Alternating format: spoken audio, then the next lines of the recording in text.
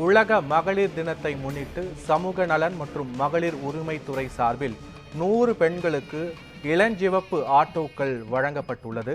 இதனை முதலமைச்சர் மு.க.ஸ்டாலின் கொடியசைத்து தொடங்கி வைத்திருக்கிறார். இது தொடர்பான முழுமையான விவரங்களோடு எமது செய்தியாளர் சாமுவேல் இபினேசர் இணைந்திருக்கிறார். வணக்கம் சாமுவேல், முழு விவரங்கள் என்ன?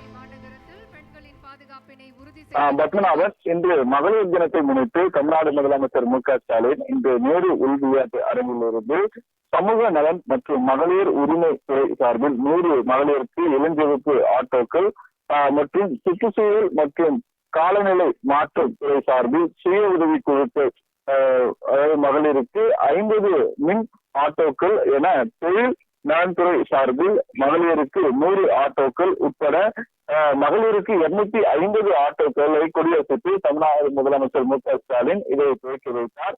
தற்போது தமிழ்நாடு காவல்துறை சார்பில் அதாவது நடத்தப்பட்ட மகளிர் அதிரடி படையினர் சாகச நிகழ்வுகளும் தற்போது தமிழ்நாடு முதலமைச்சர் பார்வையிட இருக்கிறார். மேலும் மகளிர் சுய உதவி குழுக்கள் உறுப்பினர்களுக்கு அடையாள அட்டை வழங்கக்கூடிய நிகழ்ச்சிகளும் தற்போது நடைபெற உள்ளது.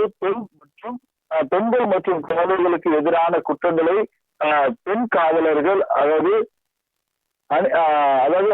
அணிவகுப்பிலான திறன் மேம்பாட்டு பயிற்சியும் தமிழ்நாடு முதலமைச்சர் மு.க.ஸ்டாலின் தற்போது துவக்கி வைத்து இந்த நிகழ்ச்சியில் தனது உரையை ஆற்ற இருக்கிறார். இதைத் தொடர்ந்து அதாவது தமிழ்நாடு முதலமைச்சர் மு.க.ஸ்டாலின் சுய உதவி குழுக்கள் உறுப்பினர்கள் வங்கி கடன் அதாவது இணைப்புகள் நலன் திட்ட உதவிகளையும் இந்த நிகழ்வில் தர இருக்கிறார். இதைத் தொடர்ந்து அவ்வையார் விருது பெண் குழந்தைகள் முன்னேற்றத்திற்காக மாநில விருது என 2025 மாநில பெண் குழந்தைகளுக்கான பாதுகாப்பு தினம் விருது என 2025 ஆகியவற்றை தமிழ்நாடு முதலமைச்சர் மு.க.ஸ்டாலின் இன்றைய தினம் வழங்க இருப்பது குறிப்பிடத்தக்கது. பத்மநாபன், விவரங்களுக்கு நன்றி சாமுவேல் இபினேசர். தங்களுடைய குடும்பத்தின் வாழ்வையும் அடுத்த கட்ட முன்னேற்றத்திற்கு எடுத்துச் செல்ல முடியும் என்பதை நிரூபிக்கும் வகையில் பெண் ஆட்டோ ஓட்டுநர்கள் இன்றைய இளம் சிகப்பு ஆட்டோக்களை ஓட்டிச் செல்வதை பெருமையான தருணமாக இன்றைக்கு நாம் பார்த்து கொண்டிருக்கின்றோம்.